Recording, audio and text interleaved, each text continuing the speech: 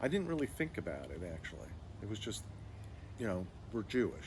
Yeah. And, but the thing that was, um, that I also knew, but it wasn't talked about, was that Grandma lost all her family in the Holocaust. And even though she didn't talk about it, I knew something that had happened. I think she might have said something at some point, not explaining anything, just yeah, we were, my family was killed by the Germans. So I knew that, but no one ever talked about it. I was growing up in a non-Jewish neighborhood and I had non-Jewish friends. I just felt different. I didn't feel totally that I fit in. And then I also kind of had this sadness, I think, that I always carried around. And I think it's related to losing family and what Grandma went through. So yeah, I just remember that. I think I was probably more serious than my friends because of that. I couldn't be as happy-go-lucky. Okay, so that when I went to Israel, then I was with all these Jewish kids, and that's what felt like. At that point, I go, "Wow, this is different." I mean, I knew at that point, my self-awareness or intellect, I could understand why this felt different because it was the first time I was with just Jewish kids. And there was something different. It's hard to explain what it is, but just something that felt very familiar to me. And I didn't have that feeling growing up here in this neighborhood. I didn't feel that kind of feeling. Some of the kids that were there had either one parent or both parents were survivors, but it was kind of like, oh, you know, yeah, my mom was in the Holocaust, or my mom was in Auschwitz. Your mom, oh, my parents were here in this camp or that camp, and that's as far as it would go. We didn't really talk about it. But you said that some people who were living more permanently on the kibbutz had. Yes, there was actually survivors that probably went to straight to Israel from Germany, and yeah, so there were Holocaust survivors well, there's Holocaust survivors in Israel because they created the state of Israel, so a lot of Jews from Europe went to Israel, and you would see them around Israel, and I saw them on the kibbutz with tattoos, so I knew they were survivors. Actually, Grandma Rose had family in Israel, so I visited them when I went to the kibbutz program. I was different when I came back. I mean, I was a lot more. Um, I had a lot more direction than I had before I left because I wasn't really clear about what I was going to do in college or why I was going to college. I wasn't really thinking about it. And then when I went to the kibbutz and all these kids were there from the East Coast and they were all going to like Penn and Harvard and like these really good colleges, and I didn't ever think I was that smart that I could go to like a good college. But then when I was with them, I realized, oh, I'm just as smart as they are. I started becoming more serious about learning and academics and things like that. So you go. So you come back. You go start at Berkeley. Right. And did you feel like you had other, like, what else changed besides a motivation to go to college? Was there anything else? Well, I think my Jewish identity was a little stronger, even though it was not, it was secular still. But being in Israel and knowing, kind of, I mean, I loved Israel. I loved being there. I loved the people there. It just felt Everyone's Jewish. It's like it had that feeling again for me that I felt really connected to and close to. So I had a stronger identity, Jewish identity. I think I might have joined like Hillel or something at Berkeley, but I wasn't really into any kind of religious stuff. It was just cultural and identity. What were your initial motivations to go back? That I really loved that kibbutz experience. I just wasn't happy where I was. And And I why? didn't know what else to do. And I thought I'll go to Israel. And actually, I applied to the Hebrew University there. So that would give me like an excuse to be there. I'll study at the university. Yeah, I was there I took one class and it was on the Holocaust.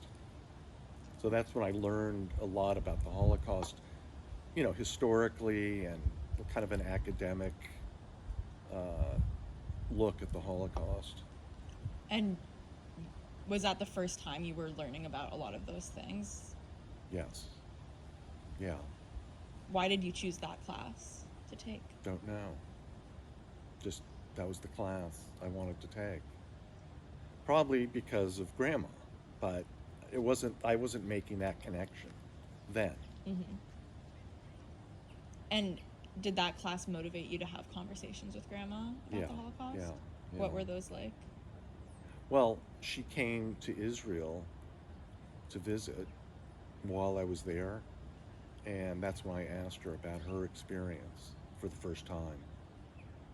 Um, Actually, Alan was with me because he was there. This is when I went. This was kind of at a point where I finished that class at Hebrew University, the Holocaust class, and then I went to yeshiva, which is religious school. That's where Alan was at that time, and I knew him from Berkeley. So then I started studying at this yeshiva, and I think that right at that time, that's when Grandma came, and then I asked her about it, and she told me, all the stories that you've probably heard some of them. What was it like hearing that for the first time? It was amazing. I mean, it was really um, very. I don't know. Like I had like goosebumps. It was very sad and upsetting, but amazing what happened and how she got out. But just the thought of losing, all that family. That was that just felt bad.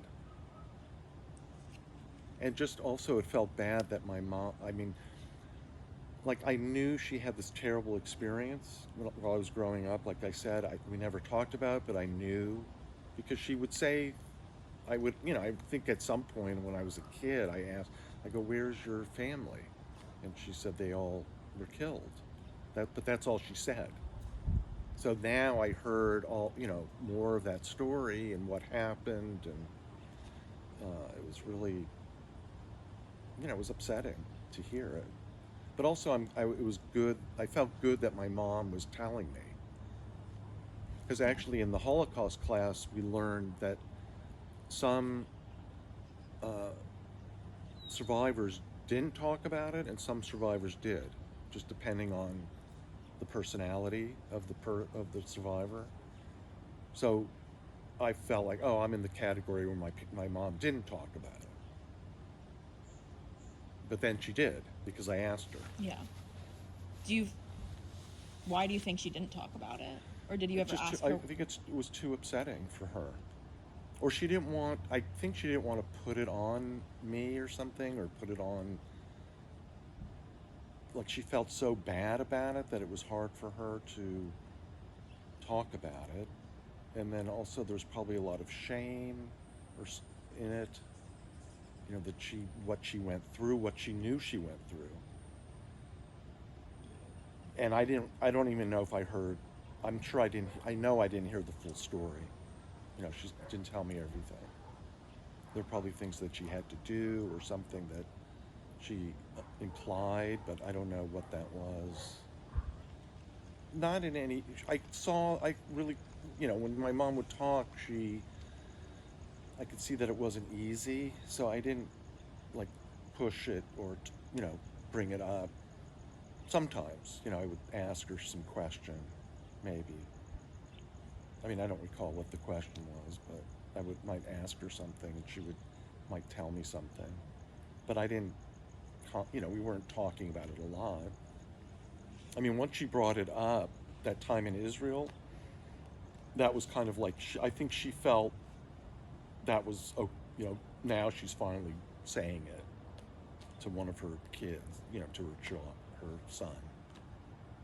I think that felt good for her. But I could also see it didn't feel good talking about it, specifics. Were you secular when you were at Hebrew University? Mm-hmm. What motivated you to become more religious and start studying at the yeshiva? I think it was the Holocaust class that, like, learning about why were the Jews picked out to be killed by Hitler? Like, what was that all about? What was it about the Jews that that, and this is throughout history too. I mean, it wasn't just the Holocaust. Throughout history, there were pogroms and Jews were being killed. So I started thinking, what is it about a Jew that's so different, or that would be, that people hate? So that's why I said, oh, well, if I'm going to learn about what a Jew is, I need to learn about the religion, like Judaism. Mm-hmm. So that's why I went to yeshiva. I think the love of learning is really what I got, because that's what you do in yeshiva. All you do is study. Then I went to what's called what's now the West Bank. It was a settlement, and they were starting. They had a yeshiva at the settlement, and they wanted foreign students. So I went there. Alan went there also. And that's where I wrote those articles from the paper. Tekoa? Tekoa, yeah. Tuku, also known as Tekoa, spelled with a Q, is a Palestinian village located 12 kilometers southeast of Bethlehem in the West Bank. Tekoa, spelled with a K, is an Orthodox Jewish Israeli settlement right next to the Palestinian village of Tuku. The land was occupied in 1975 as a Nahal military outpost and later adapted to include civilians. My dad settled there in 1980 and helped to start a newspaper called A Nation Alone. Well, because I was a journalism graduate, I asked someone at the settlement who was like one of the leaders or something. He was in charge of the foreign kids that were on that settlement. So I said, why don't we start a paper to talk about the settlements and what's going on with settlements, English version paper. So he agreed, and he thought it was a good idea, and we just did it. What drew you to that specific place? Well, they were Orthodox, but this was where the difference there was they were a little more in the world. Like the yeshiva world that I was in Jerusalem was more insular. They weren't, a lot of those people didn't like go to university or things like that. In the settlement, it was more they were a little more modern, but the difference was they were more into this whole thing about settling the land of Israel. That's what that was, that whole movement, which you don't agree with, but where they started creating settlements, because they thought this was the biblical land of Israel. So everything we were learning about the land of Israel, was based on the Bible. So this area that I was in was mentioned in the Bible as a Jewish. It was actually some place where I forgot who now. Of course, I don't remember. Abraham or what, one of the biblical characters had some dream in the spot. Was there any like questioning of that, or you kind of just took it as face value because that's what you were learning? Yeah, we weren't really. I mean, I think there were questions about the Arab communities and why is there this division and settling these areas which are near Arab cities or Arab towns. What was that? What was the impact of that? We would talk about that. Once I actually remember this was before I went to yeshiva. When I was in the, before I went to the yeshiva, I was at the university. And I remember with a friend there, we went to Bethlehem and we talked to the mayor of Bethlehem. And we talked about what he thought about the Jews and, like, can the Jews and the Arabs live together and have a Palestinian state and a Jewish state. And no, I remember it was very nice. It was very open about wanting to live in peace and live together in peace and all that. And they didn't have a problem with me being Jewish or anything at that time. I mean, there was no tension. I mean, there was a little tension, I think. But I was a student, so I don't think I was so threatening in terms of like being an Israeli who's going to come take their land or something like that. It didn't feel that way. But it was like, I think I definitely realized there's a difference between the political issues and just the human. Like, politically what's going on is different than if you're meeting someone and just talking to them. And the Arabs that I talked to it was friendly. It's no tension about anything. What was the military presence like? Or living They're around just that? like these young Israelis who were in the army, and they were in the army and stationed there. They were there to protect the settlement, actually. From, like a terrorist or something like that. Was there that a threat that was talked about often? Yeah. Oh, yeah. In what ways were they talked about? Well, that there are terrorists that are in Israel, Palestine, and that they will, they will try to kill Jews. And that, we would know, like, yeah, there could be someone that might try to kill you because you're Israeli or Jewish. They're fighting for what they believe. So that's what they were doing.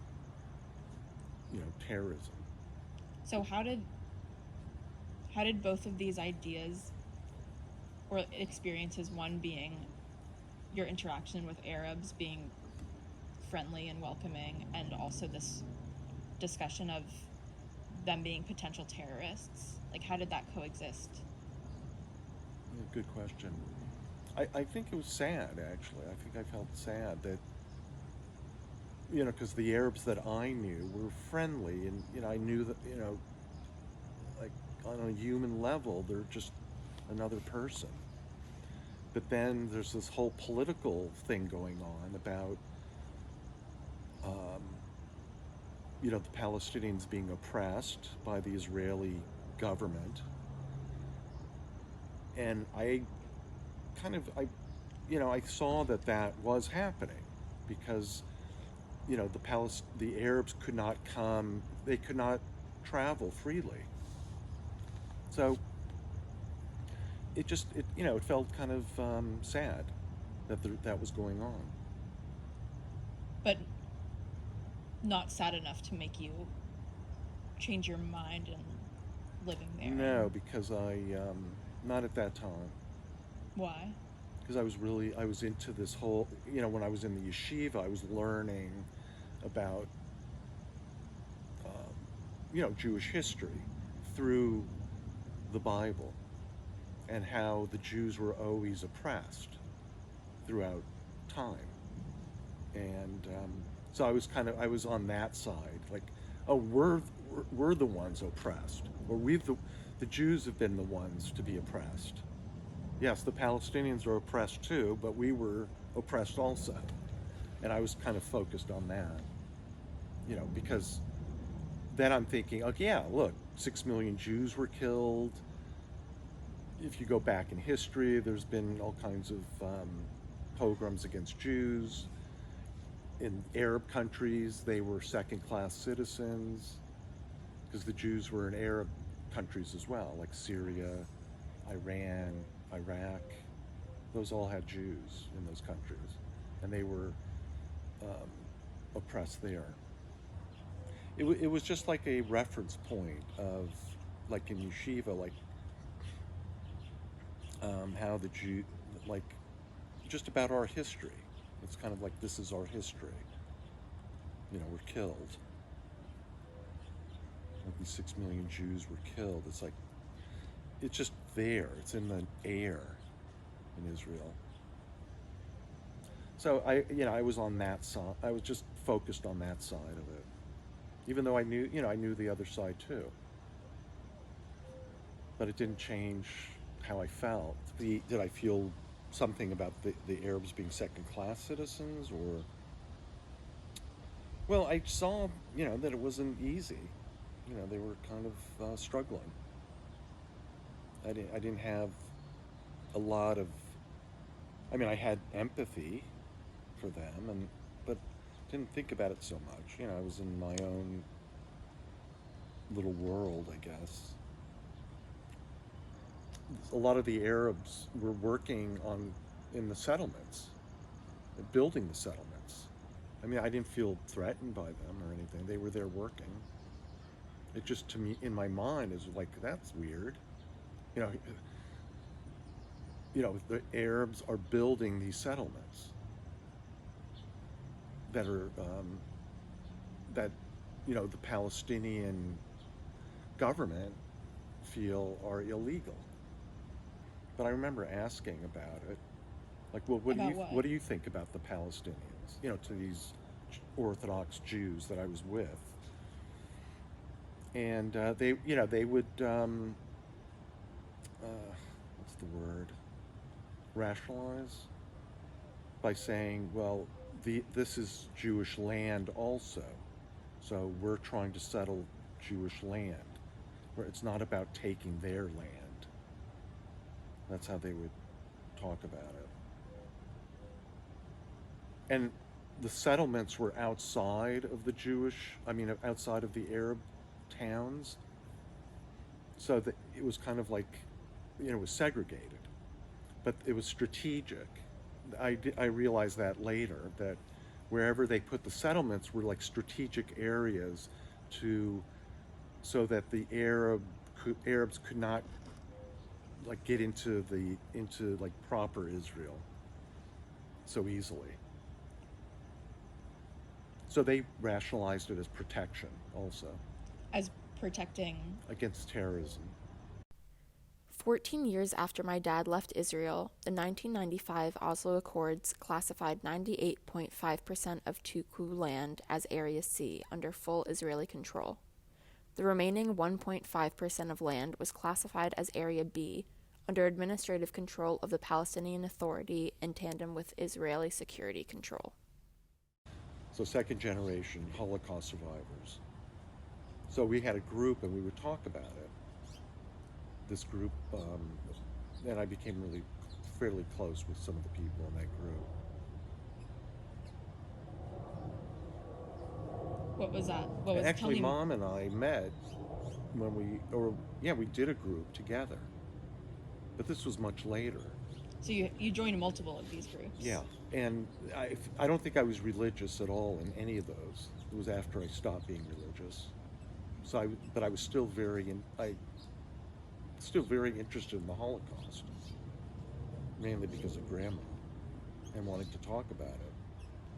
We would talk a lot about the psychological impact growing up where your parents didn't talk about it, so you would be imagining all these things that because you didn't really know what happened.